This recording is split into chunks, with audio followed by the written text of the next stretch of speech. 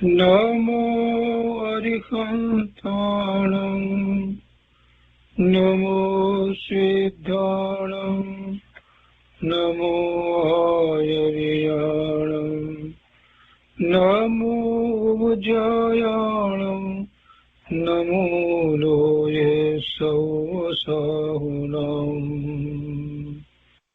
અસપંચનમોકારો સર્વપાવપનાશનો મંગલાણં ચ સૌવર્ચે પરમં અવૈમંગલં અજ્ઞાનતિમિરંધાનાં જ્ઞાનાંજનશલાકયા ચક્ષુન્મીલિतं येन તસ્મૈ શ્રીગુરુવે નમઃ મુખાદિવ્યાકુક્ષિરત્નં શબ્દજિતવર્યાત્મજં શ્રીરાજચन्द्रयहुं વन्दે તત્વલોચનદાયકં પ્રભુતત્વલોચનદાયકં.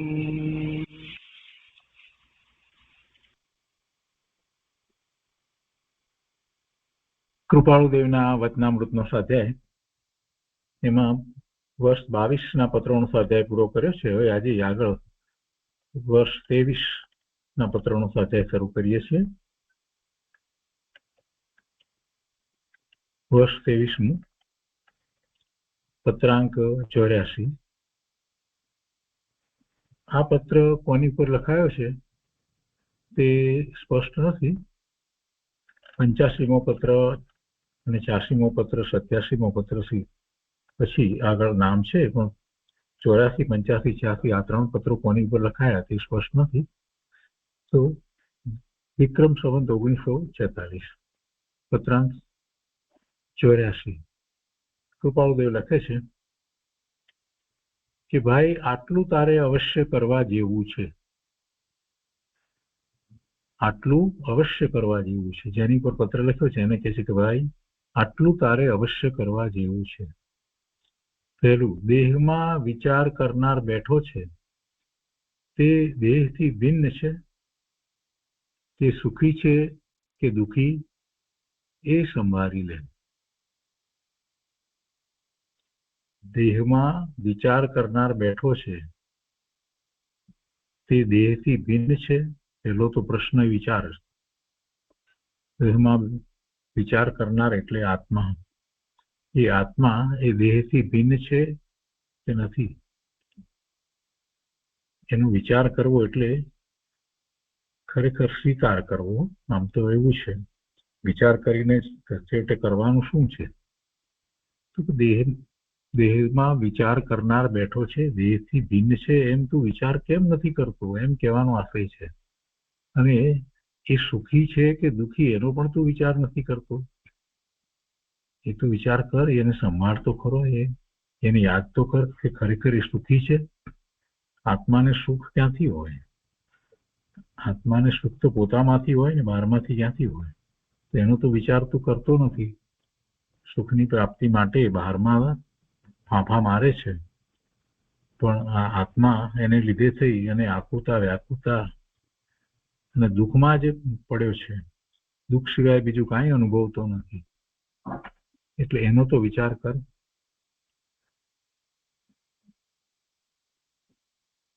બીજું, દુઃખ લાગશે જ અને દુઃખના કારણો પણ તને દ્રષ્ટિગોચર થશે. એટલે તને ખ્યાલ આવશે, જ્યારે તું આ વિચાર કરીશ કે આત્મા સુખી છે કે દુઃખી, ત્યારે ખ્યાલ આવશે કે આત્માને કાંઈ સુખ નથી, એટલું દુઃખ જ છે. ઉપાધિ ચિંતા કરવી, વિકલ્પોમાં રાચી રહેવું, આકાંક્ષા ઈચ્છા કરવી અને ક્રોધ માન માયા લોભ એ બધા કષાયો સહિત પરિણમવું, તો એમાં દુઃખ સિવાય બીજું છે શું? એટલે કૃપાળુદેવ કહે છે કે દુઃખ લાગશે જ. જ મૂકીને એકાંત કરી છે, લાગશે જ, દુઃખ લાગશે જ.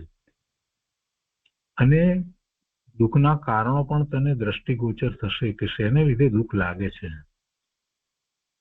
એવું નથી કે પરપદાર્થની ઈચ્છા કરીને પરપદાર્થ નથી મળ્યો એટલે દુઃખ લાગે છે, એમ નથી. એવી તો ઘણી ઈચ્છાઓ પૂરી થઈ. બહારમાંથી પરપદાર્થને પ્રાપ્ત કરવાની ઈચ્છાઓ તો ઘણી પૂરી થઈ, છતાંય આસક્તિ, તૃષ્ણા તો ઊભી ને ઊભી જ રહી. એટલે ખ્યાલ આવે છે કે દુઃખના કારણ શું છે. અનેક પ્રકારે વસ્તુઓ પ્રાપ્ત કરી અને એમાંથી સુખ મેળવવાનો પ્રયત્ન કર્યો, પણ એ વસ્તુઓ કઈ સુખ આપી શકી નહીં. ઉલટી એની ચિંતા ને ઉપાધિ થઈ.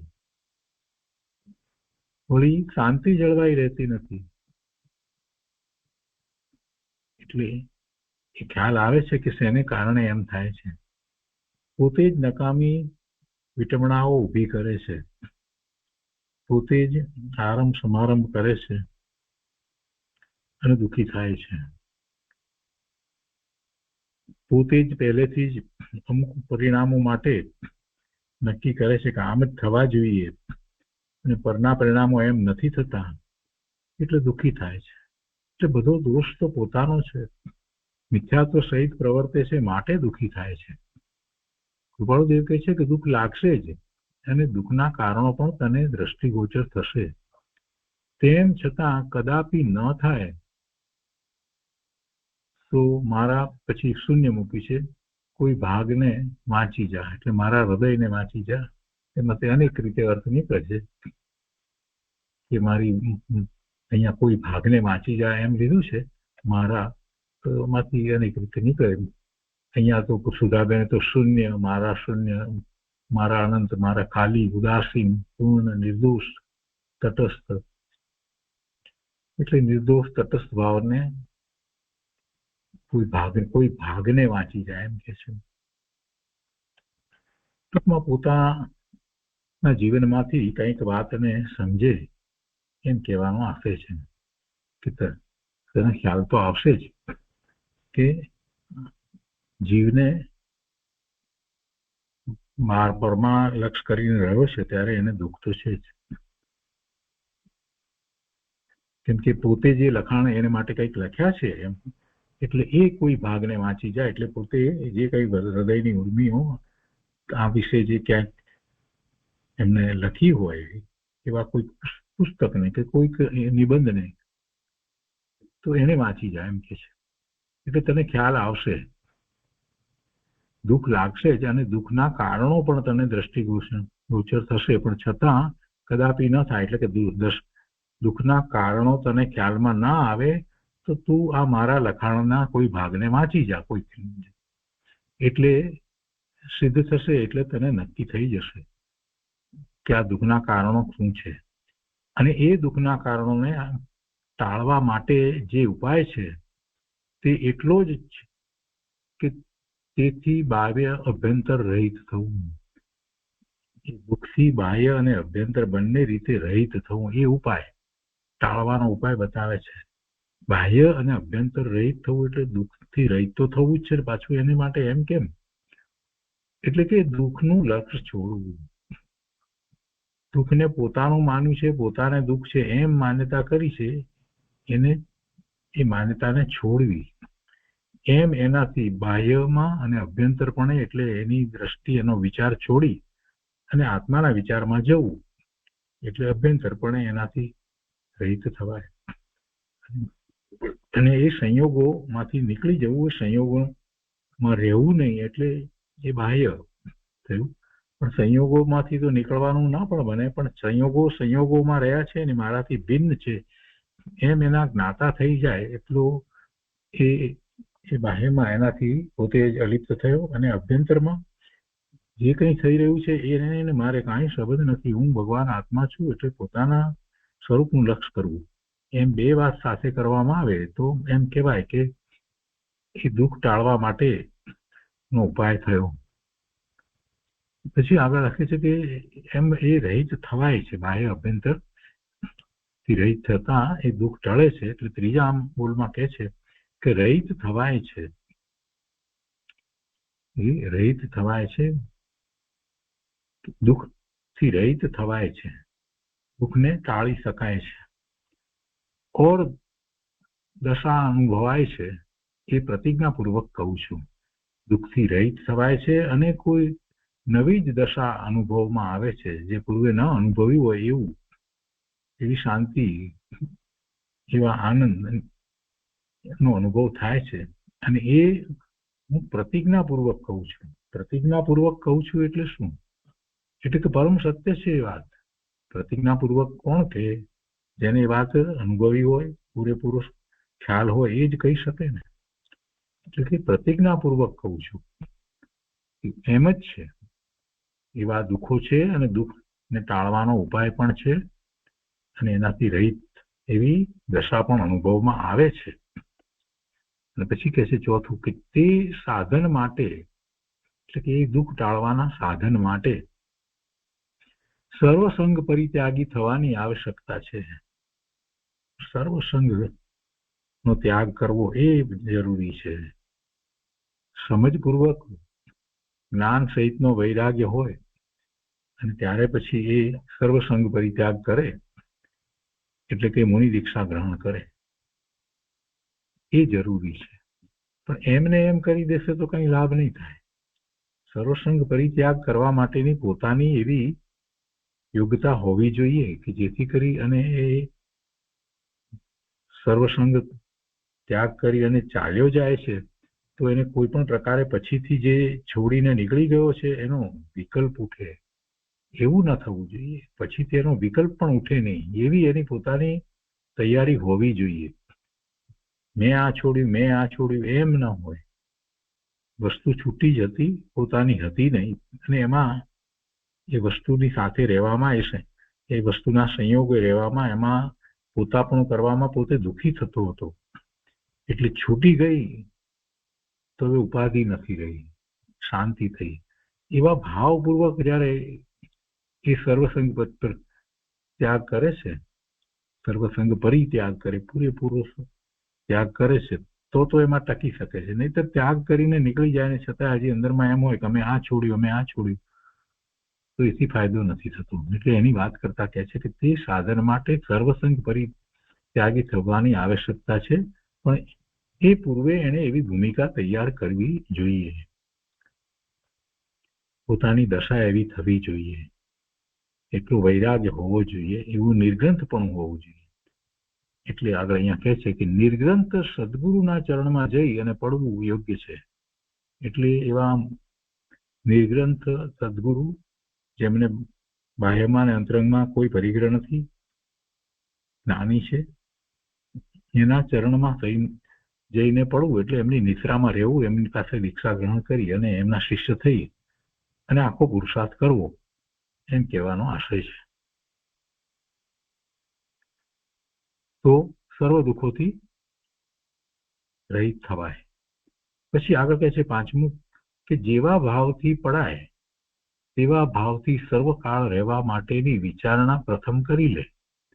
સદગુરુના ચરણમાં જઈને પડવું એમ કીધું છે ને, તો પડવું એટલે કે ત્યાં રહી જવું, પછી ત્યાંથી ગુરુની આજ્ઞામાંથી એ આજ્ઞા વગેરે ને જે ઉપદેશ આપે એમાંથી પછી ખસવું નહીં.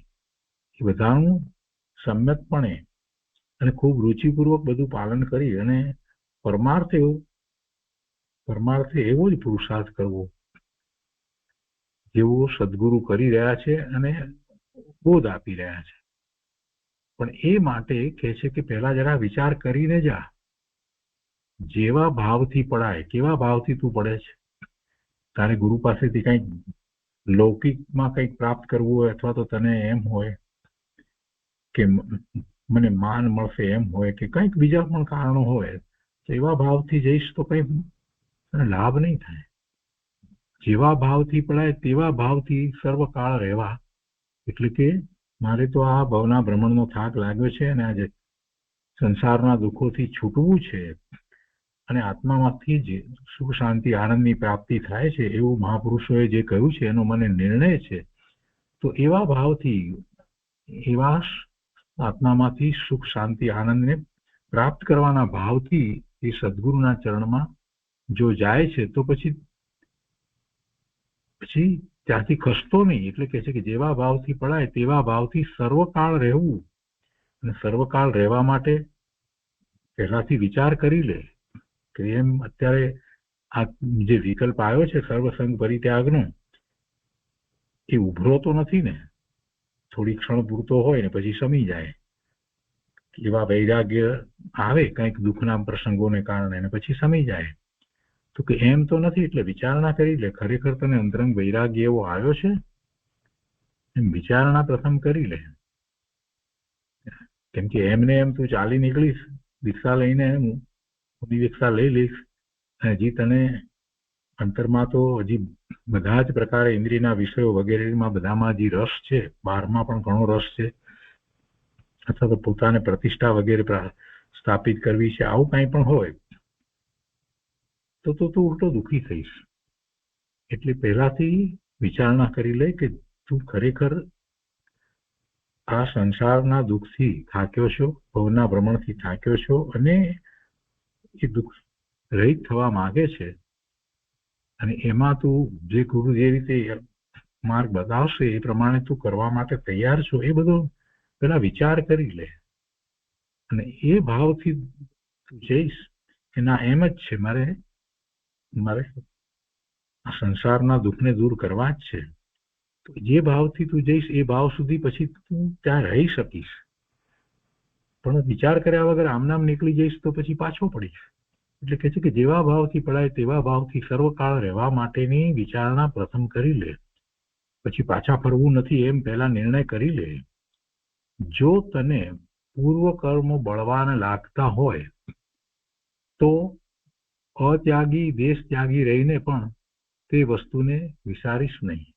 હવે કેટલાકને એમ લાગતું હોય કે ના મુનિ દીક્ષા તો લઈએ, સર્વસંગ પરિત્યાગ તો કરીએ, પણ અત્યારે અમારી દશા એવી છે, અમને આમ છે ને તેમ છે, શું કરીએ, અમારે આ બધી ઉપાધિ છે, અમારે આટલી જવાબદારી છે વગેરે.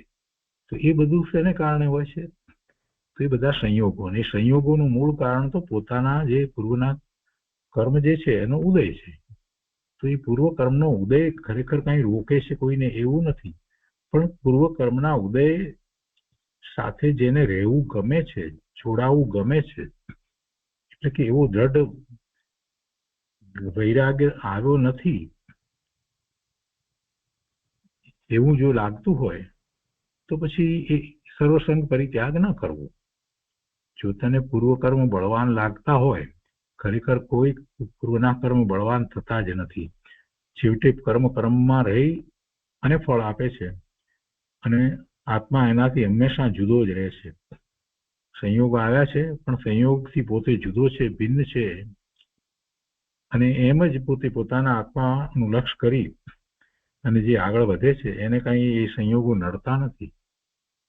પણ છતાંય કેટલાકને એ સંયોગોમાં એમ લાગે છે કે પોતે એ સંયોગોથી અલિપ નહીં રહી શકે એવું જેને લાગે છે, તો એટલી એના પુરુષાર્થની ખામી છે, અથવા તો બીજી રીતે કહીએ તો એટલો હજી એને બહારમાં પરમાં હિત બુદ્ધિ કે રાગ કે કંઈક છે કે આસક્તિ કે ઈચ્છા રહી છે.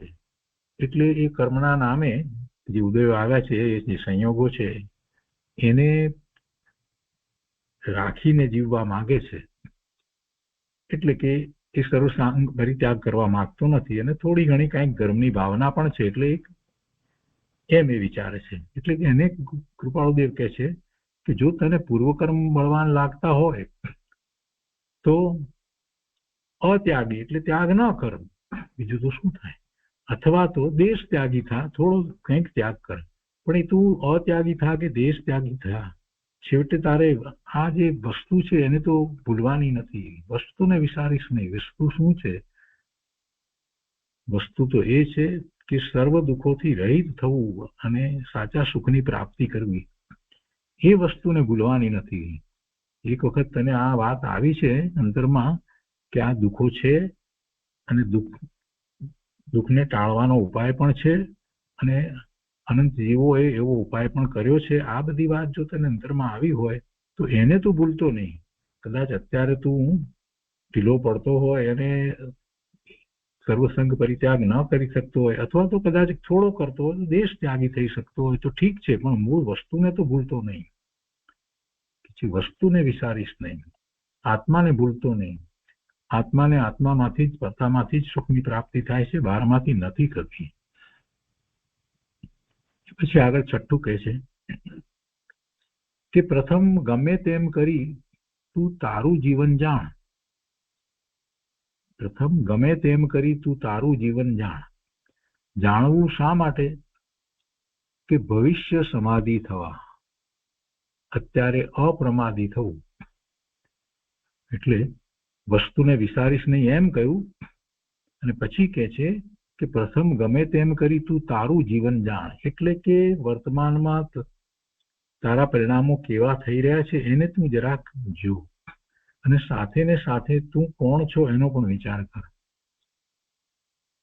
તું ભગવાનના જ્ઞાનમાં શુદ્ધ પરિપૂર્ણ છે, પર્યાયની અંદર તને મલિનતા છે, તો એનો તું શાસ્ત્ર દ્વારા નિર્ણય કર, સમજી અને એનો નિર્ણય કર. એ જરૂરી છે. વર્તમાન અવસ્થાને જાણવી જરૂરી છે, અને પોતાના સામર્થ્યને માટે પોતાનું ત્રિકાળી સ્વરૂપ કેવું છે એને જાણવું પણ જરૂરી છે. એટલે આપણે જે શાસ્ત્ર અપેક્ષાએ કહીએ છીએ કે પોતાના દ્રવ્ય ગુણ પર્યાયનો વિચાર કરવો, અને એવો વિચાર ભગવાનના દ્રવ્ય ગુણ પર્યાયનો કરવાથી જાણવાથી થાય છે. તો પ્રથમ ગમે તેમ કરી અને તું તારું જીવન જાણ. તો જીવનની અંદર એ બંને વાત આવી જાય છે. વર્તમાન પર્યાય આ ગતિમાં જે રીતે પરિણમી રહ્યો છે એ, અને મૂળ પોતાનું દ્રવ્ય જે શુદ્ધ છે તે એ શુદ્ધ છે, છતાં પણ વર્તમાનમાં અવસ્થાઓમાં સુખ નથી, શુદ્ધિ નથી. તો એ બંને વસ્તુને તું બરાબર જાણ. અને જાણવું શા માટે? કે ભવિષ્ય સમાધિ થવા માટે. કેમ કે એ જાણીશ તો તને ખ્યાલ આવશે કે પોતાનું સ્વરૂપ તો શુદ્ધ જ છે, સ્વભાવથી તો પોતે અનાકૂળ જ છે, કોઈ આકુળતા સ્વભાવમાં તો છે જ નહીં.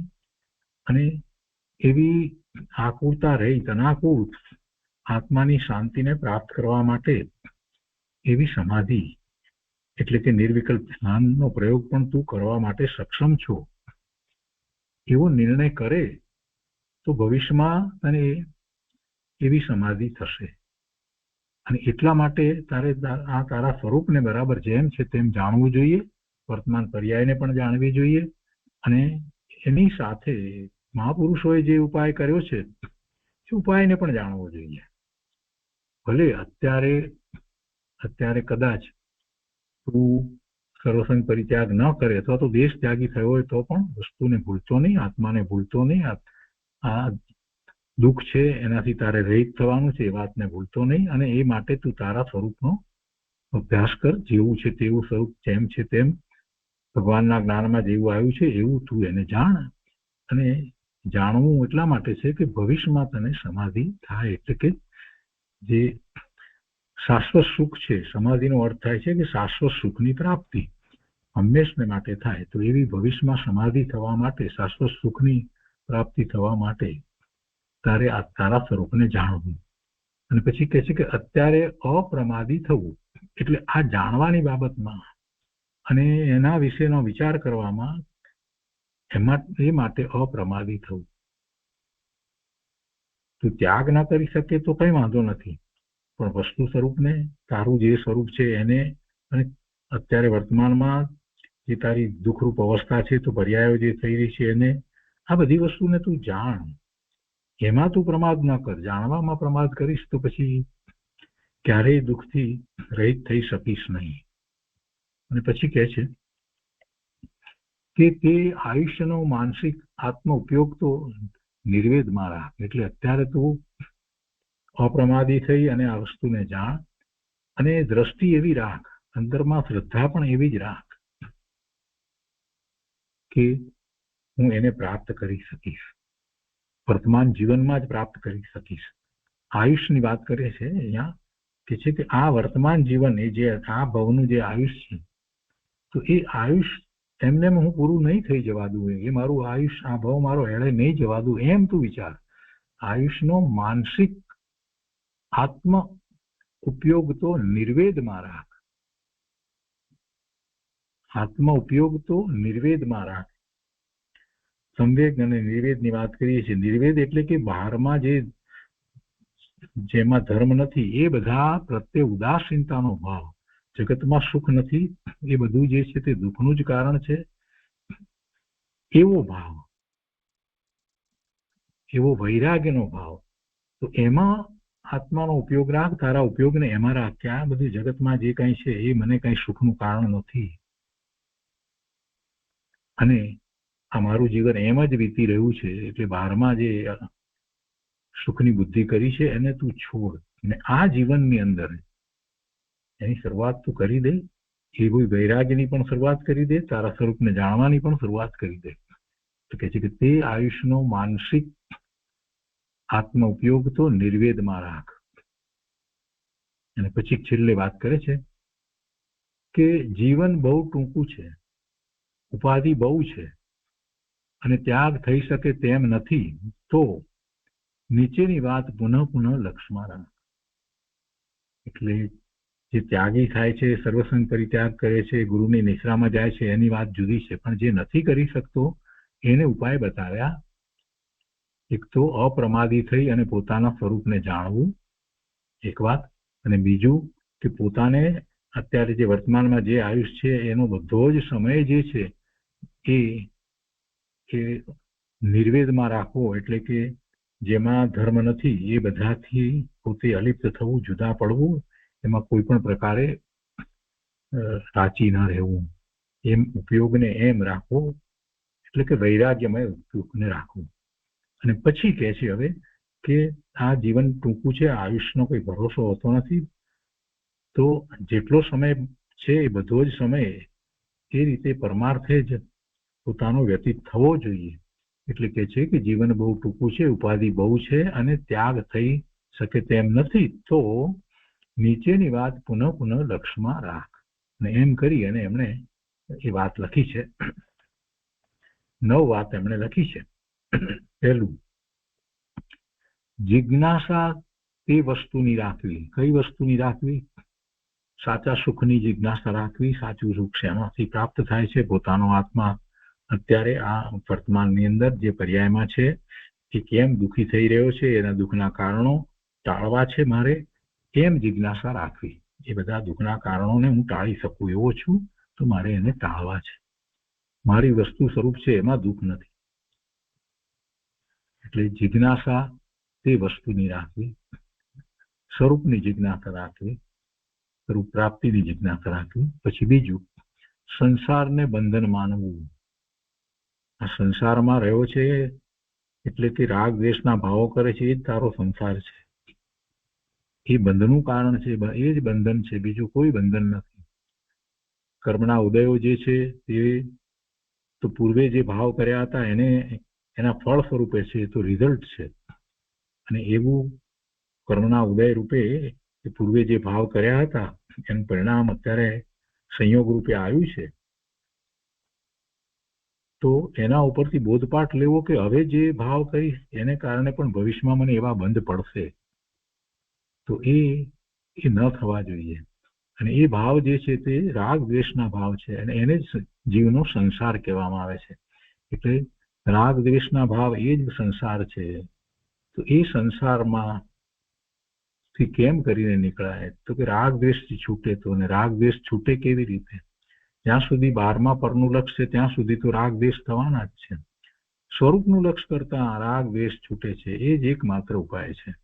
મહાપુરુષોએ બધાએ એમ જ ઉપાય બતાવ્યો છે. જે સંસારને બંધન માનતો નથી અને સંસારમાં એને સુખની બુદ્ધિ પડી છે, એ તો 12માં જ એનું તો લક્ષ રહેવાનું છે. અને 12માં લક્ષ રહેશે એટલે રાગ દ્વેષના પરિણામ એને થવાના જ છે. અને એને તો હંમેશ માટે પછી ભવના ભ્રમણ ચાલ્યા જ કરશે, બંધન જ છે. એટલે એમ સંસારને બંધન માનવું અને સંસારના બંધનથી છૂટી શકાય છે એ પણ વાતને સાથે રાખવી. મને એ સંસાર, એ બંધન મને ન જોઈએ એવો અંદરમાં ભાવ રાખવો જ, તો જ એ સંસાર બંધન લાગશે. સંસાર સુખરૂપ લાગે ત્યાં સુધી તો એનાથી છૂટવાનો જ નથી. એ પછી આગળ કહે છે કે પૂર્વ કર્મ નથી એમ ગણી પ્રત્યેક ધર્મ સેવ્યા જવો. તેમ છતાં પૂર્વકર્મ નડે તો શોક કરવો નહીં. એટલે પૂર્વકર્મ નથી એમ ગણી પ્રત્યેક ધર્મ સેવા જેવો. પોતાનો ધર્મ શું છે પહેલા તો એ સમજવાનું. આ આત્માને, ભગવાન આત્માને શું ધર્મ છે? તો કે પોતાના સ્વભાવ ભાવે, જ્ઞાન ભાવે પરિણમવું એ જ પોતાનો ધર્મ છે. એ સિવાય બીજો કોઈ ધર્મ છે જ નહીં. બાકી બીજું બધું જે છે એ તો આવી પડેલી ઉપાધિ છે. એ પૂર્વે જેવા ભાવ કર્યા હતા એવા કર્મ બંધાયા એટલે એવા સંયોગો આવ્યા છે. પણ એ સંયોગો આવ્યા હોવા છતાં એમ સંયોગો જબરજસ્તી કરતા નથી કે એમાં જોડાવવું જ પડે. સંયોગોમાં રહ્યા. સંયોગો આવ્યા છતાં પણ પોતે સંયોગોની વચ્ચે ઉભો હોય છતાં પણ પોતે ભગવાન આત્મા સિદ્ધ સમાન શુદ્ધ છે એમ કરી અને એ સંયોગોની રુચિ છોડી શકે છે. સંયોગો રહે પણ સંયોગોની રુચિ ન હોય. સંયોગોમાંથી પસાર થવું પડે પણ સંયોગોની રુચિ ન હોય. પછી અનુકૂળ હોય સંયોગ કે પ્રતિકૂળ સંયોગ હોય, એ ખરેખર મને કાંઈ કરતા નથી. હું તો મારો પુરુષાર્થ મારા આત્માના લક્ષ્ય કરી શકવા માટે અત્યારે વર્તમાનમાં સક્ષમ છું, એવી બુદ્ધિ રાખવી. એટલે એમ જયારે બુદ્ધિ રાખવામાં આવે ત્યારે પેલું કર્મનું જોર લાગતું નથી. ત્યારે લાગે છે કે કર્મ કર્મમાં રહે, કર્મ મને શું કરશે? પૂર્વ કર્મ મારું કાંઈક બગાડતા નથી કે કાંઈ સુધારતા પણ નથી. એમ પૂર્વ કર્મ નથી એમ ગણી અને પ્રત્યેક ધર્મ સેવ્યા જવું. પોતાનું કાર્ય જે કરવા યોગ્ય છે તે કરવું, પરમાર્થે કરવા યોગ્ય છે તે કરવું. તેમ છતાં પૂર્વ કર્મ નડે તો શોક કરવો નહીં. એટલે કે કેટલાક એવા પ્રતિકૂળ સંયોગો વગેરે આવ્યા હોય અથવા તો પોતે જે કંઈ કાર્ય કરતો હોય એમાં અસફળતા કોઈક રીતે પ્રાપ્ત થતી હોય એવું કંઈ પણ લાગે તો એને કારણે શોક કરવો નહીં. પરિણામ તો જે થવાના છે તે થઈને રહેશે, પણ એ પરિણામથી મારા આત્માને ખરેખર કાંઈ નુકસાન થતું નથી એવો ભાવ કેળવવો જોઈએ. પરિણામમાં રહ્યા. પરિણામ ત્રિકાળી વસ્તુ, મારો શુદ્ધ ભાવ, મારું શુદ્ધ તત્વ, મારું ધ્રુવ તત્વ એને કાંઈ નુકસાન કરતા નથી. કેમ કે પરિણામ જે છે તે ક્ષણિક છે અને મારી ત્રિકાળી વસ્તુ, મારો આત્મા છે એ શાશ્વત છે. પછી આગળ કહે છે કે દેહની જેટલી ચિંતા રાખે છે તેટલી નહીં પણ એથી અનંત ગણી ચિંતા આત્માની રાખ. કારણ અનંત ભવ એક ભવમાં ટાળવા છે.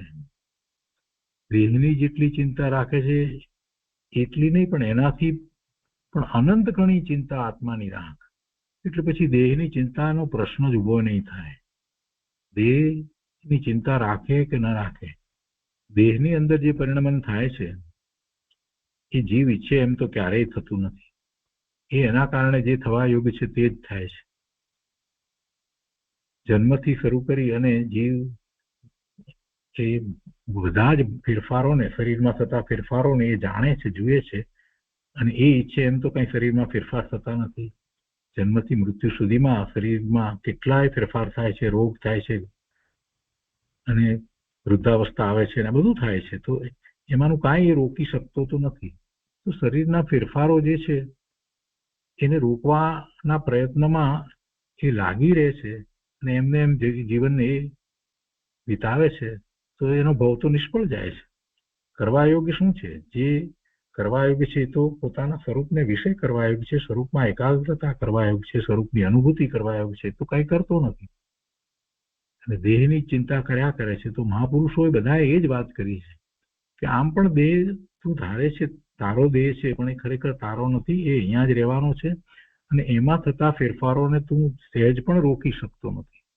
એ પૂતગળનો સ્કંદ છે, એમાં પૂતગળો નવા આવે છે, બીજા કેટલાક પૂતગળો એમાંથી છૂટા પડી જાય છે, એ બધું ચાલ્યા કરે છે, થવાનું જ છે.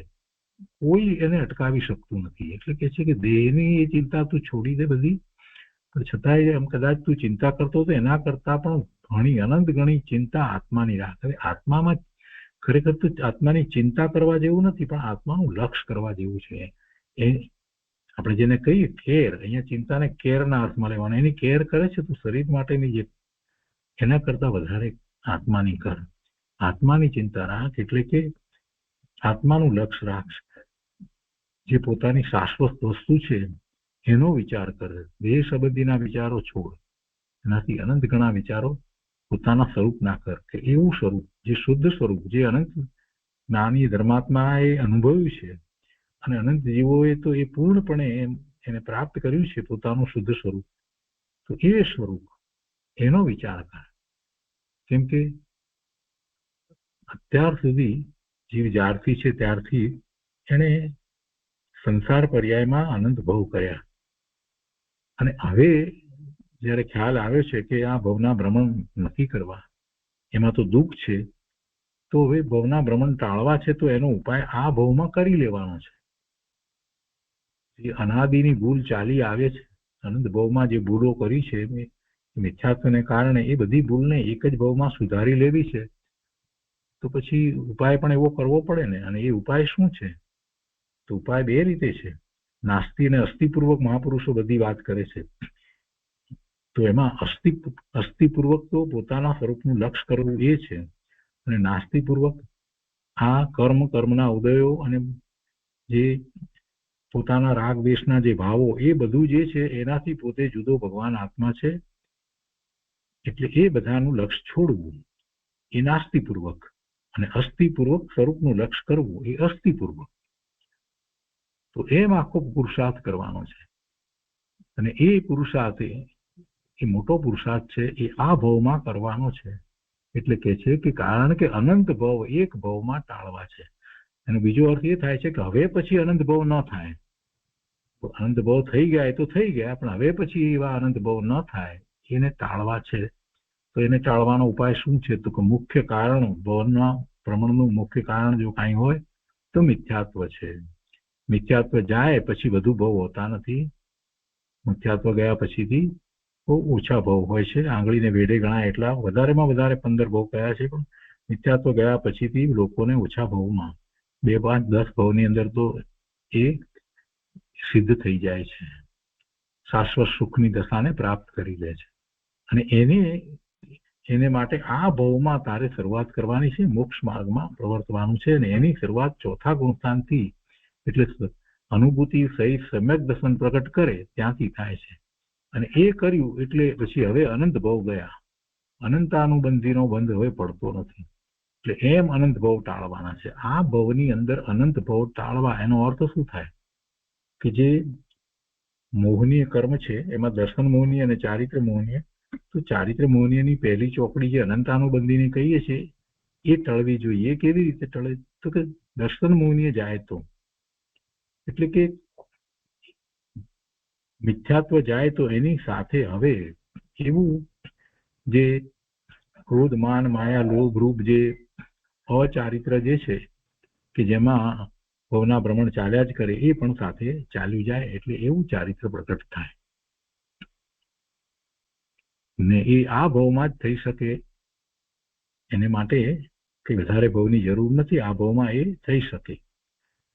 અને પછી આગળનો પુરુષાર્થ થાય, સમ્યક દર્શન થયા પછી આગળનો પુરુષાર્થ આ ભવમાં થાય કે એના પછીના ભવમાં થાય, પણ છેવટે પછી અનંત ભવ થતા નથી. તો અનંત ભવ ટાળવાનો ઉપાય બતાવ્યો.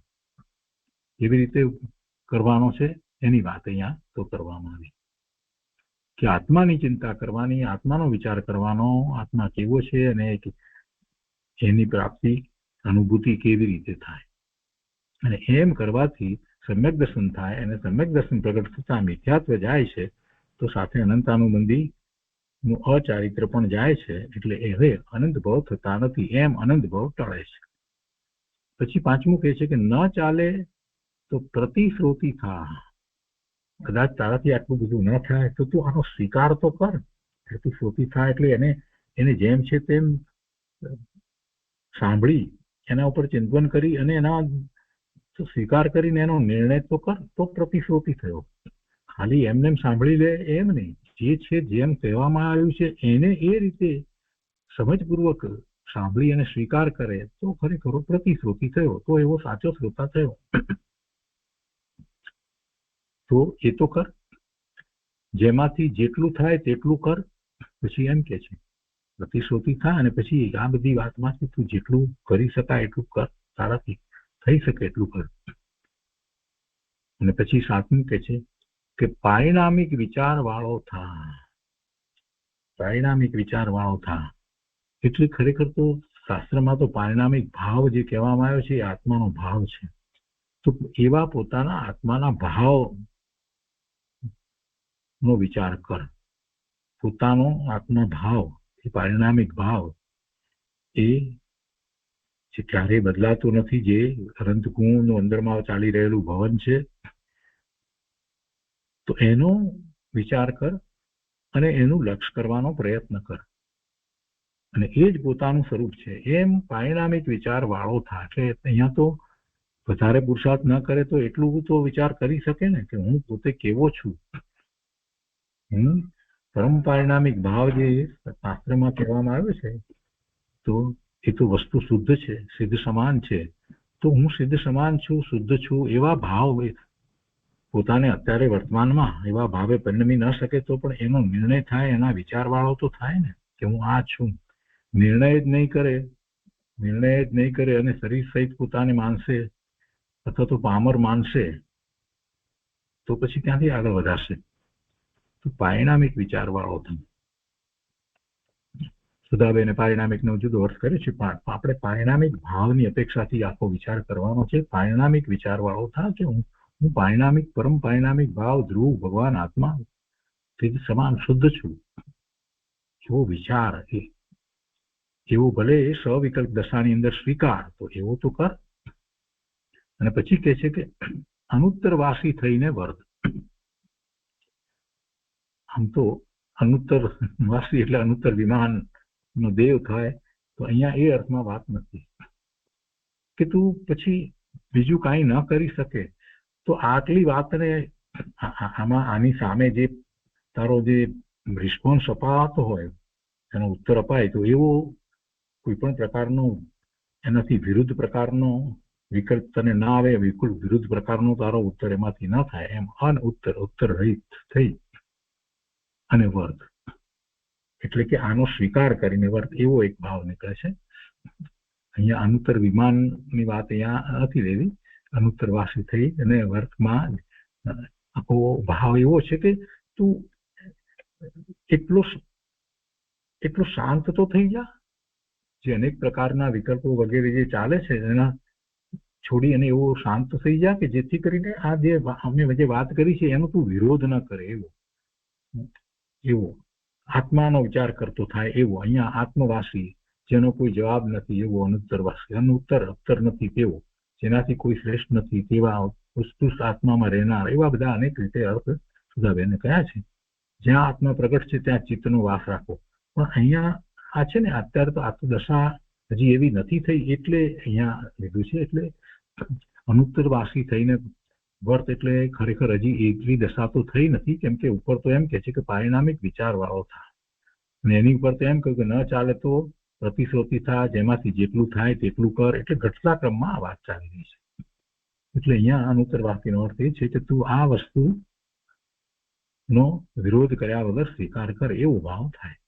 અને પછી છે કે છેવટનું સમયે ચૂકીશ નહીં, એ જ ભલામણ અને એ જ ધર્મ. છેવટની વાત એ કરે છે કે સમયે ચૂકીશ નહીં, આ વાતને ભૂલી ન જતો, એ જ ભલામણ છે અને એ જ ધર્મ છે. એમ કરી અને આ વાત કરવામાં આવી છે. કોને વાત કરવામાં આવી છે? આઠમામાંથી. જીવન બહુ ટૂંકું છે, ઉપાધિ બહુ છે, અને જો ત્યાગ થઈ શકે તેમ નથી, કેમ કે સર્વસંગ પરિત્યાગની વાત કરી તો તે થઈ શકે તેમ નથી, તો નીચેની વાત ફરી અને લક્ષમાં લે, પુનઃ લક્ષમાં રાખ. એમ કરી અને આ 9 વાત કહેવામાં આવી છે. તો આ રીતે આ 84મો પત્ર છે. તો આજનો સ્વાધ્યાય આપણે અહીંયા સુધી રાખીએ છીએ.